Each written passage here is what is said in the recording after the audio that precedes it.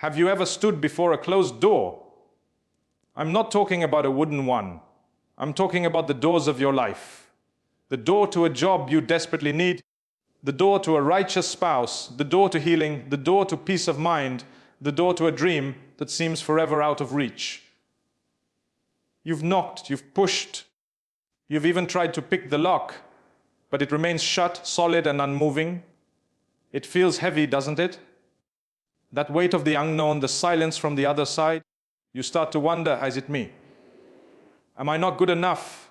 Is my destiny just a series of locked rooms?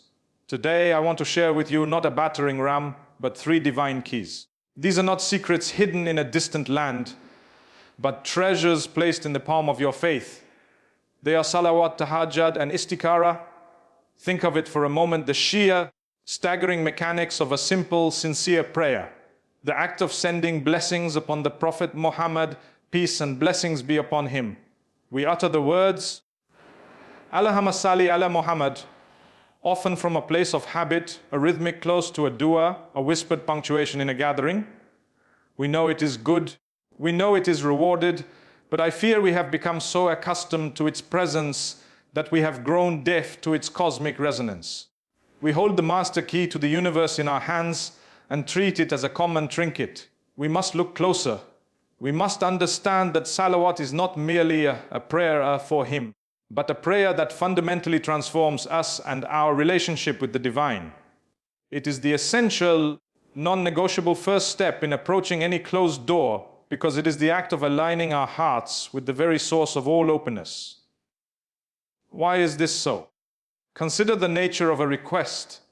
When you want a great favor from a king, your success often hinges on your approach. Do you march into the throne room alone, with your own list of demands and your own sense of entitlement? Or do you seek an introduction, an intercession from someone the king loves immeasurably, someone whose very name brings a smile to his face? Your request, when presented through that beloved individual, is no longer just your request. It is now wrapped in the honor and love reserved for that intercessor. Salawat is that divine introduction. The Prophet Muhammad, peace be upon him, is the one beloved to Allah. The Quran itself attests to this, with Allah and his angels sending blessings upon the Prophet. When we join that celestial chorus, we are not inventing a new practice. We are plugging into a universal current of love and honor that predates creation itself. We are in effect saying, my Lord, I do not come to you relying solely on my own deeds, for they are few and stained. I come to you through the one you love most. I come invoking his name, his station, his honor in your sight. This shifts the entire dynamic of our supplication from a transactional plea to a relational appeal. The door we are knocking on is no longer a stranger's door. It is the door of the one who loves our most beloved. But the mechanics of this are even more profound on a spiritual level. Every time we sincerely send blessings upon the Prophet, peace be upon him, we are performing an act of intense remembrance of Allah. We are pulling our consciousness away from the dunya, away from the problem of the locked door, and centering it on the divine and his messenger. This act is like polishing a lens. Our heart is that lens, clouded by anxiety, doubt, worldly attachments, and the frustration of the closed door. The constant mindful recitation of salawat is the soft cloth that wipes away this grime.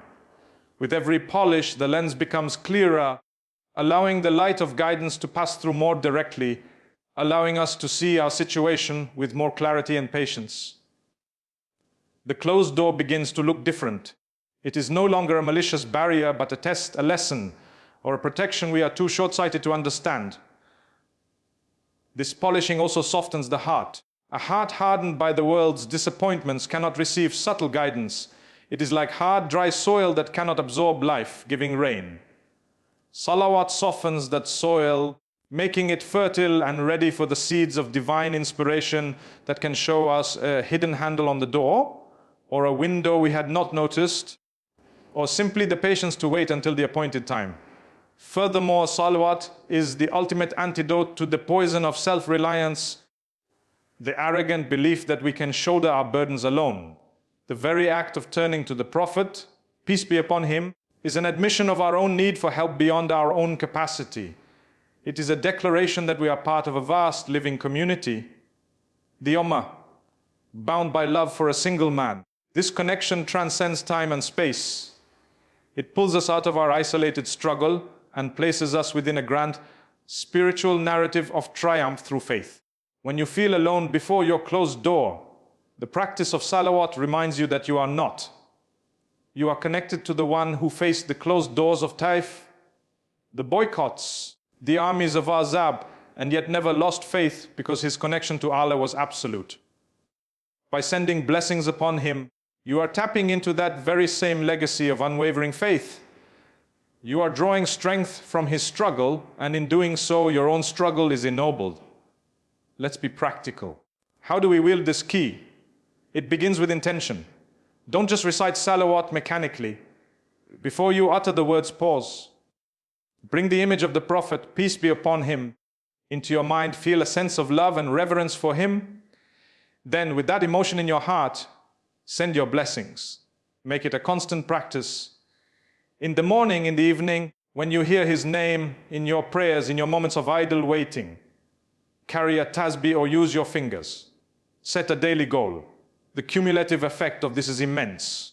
It's like charging a spiritual battery. When you finally stand in tahajjud to plead for your specific need, your heart will not be cold and distant. It will be warm, connected, and already humming with the energy of divine proximity because you have spent your day polishing it with salawat. So before you even begin to list your sorrows, before you articulate the specific nature of the door that is close to you, start here. Start with Allahumma salli ala Muhammad wa ala ali Muhammad. Kama sallaita ala Ibrahim wa ala ali Ibrahim. Innaka hamidun majid. Allahumma barik ala Muhammad wa ala ali Muhammad. Kama barakta ala Ibrahim wa ala ali Ibrahim. Innaka hamidun majid. Pour your heart into it. Make it the foundation of your day, the prelude to every request, the rhythm of your breath. For when you have the master key, you need not fear any luck. You are not a beggar at the gate. You are a guest announced by name, and the host is the most generous, the most loving, who would never leave his guest waiting in the cold without eventually, in his perfect wisdom and timing, opening the way. Now, imagine you have successfully secured that precious introduction through your constant, heartfelt salawat. The king knows your name, and he knows you come with love and reverence for his most beloved.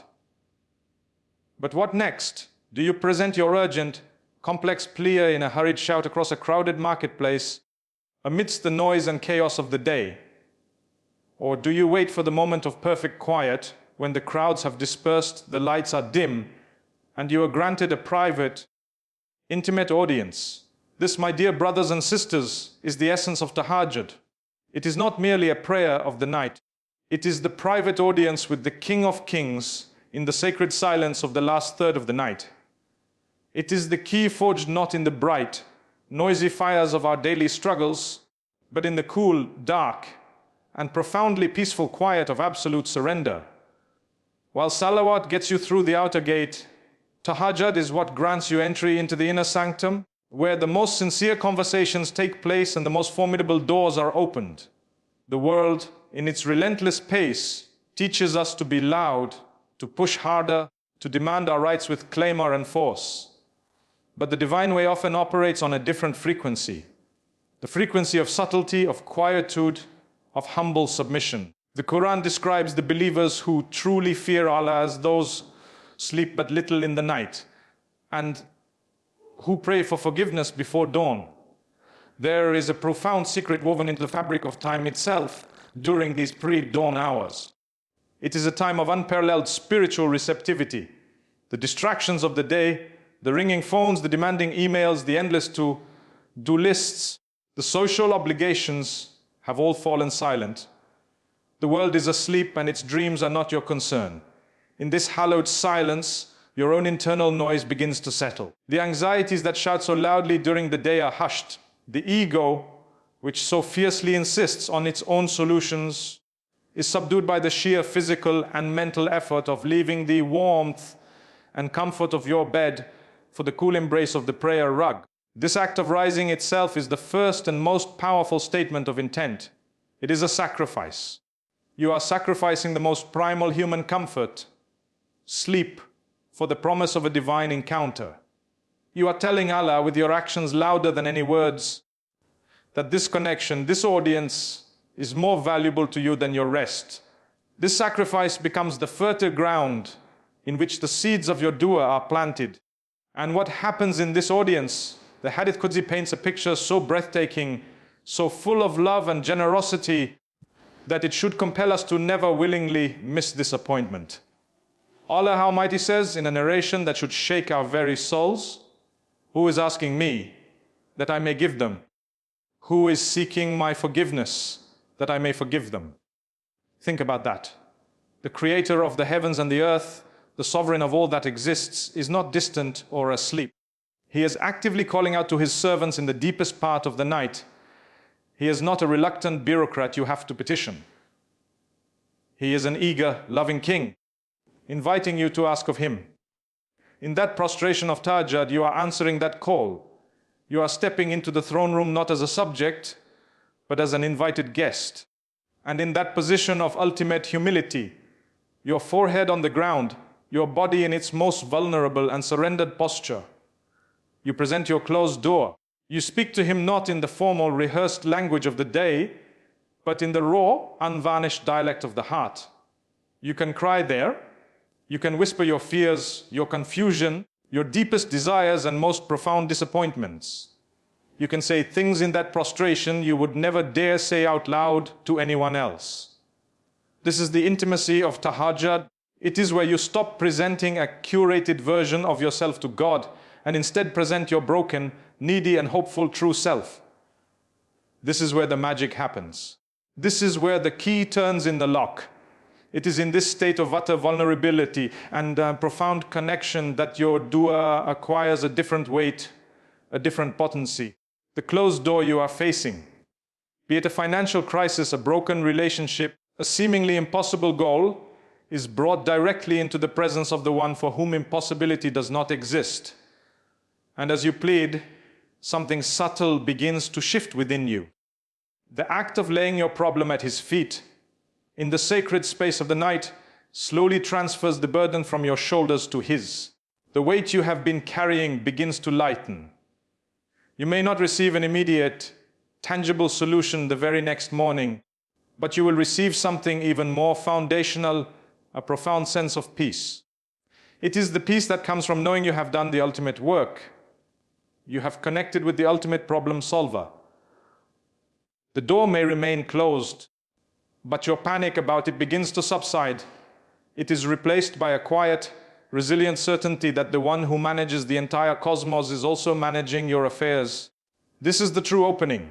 Sometimes the first door tahajjud opens is not the external one you are staring at, but an internal one, the door to your own heart, releasing the fear and anxiety that were the real prison all along. So how does one begin to wield this key? It starts with a decision, a single night. It does not have to be a monumental 2-hour vigil from the outset. It begins with setting an alarm for just 20 minutes before Fajr. It begins with making wudu while still half asleep and unrolling your prayer rug in the dark. It begins with 2 rak'ah offered with presence of heart and a few minutes of sincere, whispered dua. That is all. The consistency, the love for the practice will grow over time. The body will acclimate and the soul will begin to yearn for this secret meeting. Come to your audience with your list of needs. Yes, but also come with gratitude, with praise, with long periods of simply sitting in silence and feeling the presence that fills the night. Tahajjud is the key of intimate conversation. It is the private meeting where the most powerful forces in the universe are marshaled not with loud commands, but with a humble whisper from a sincere heart in the sacred, silent hours when the world is asleep and the divine is listening.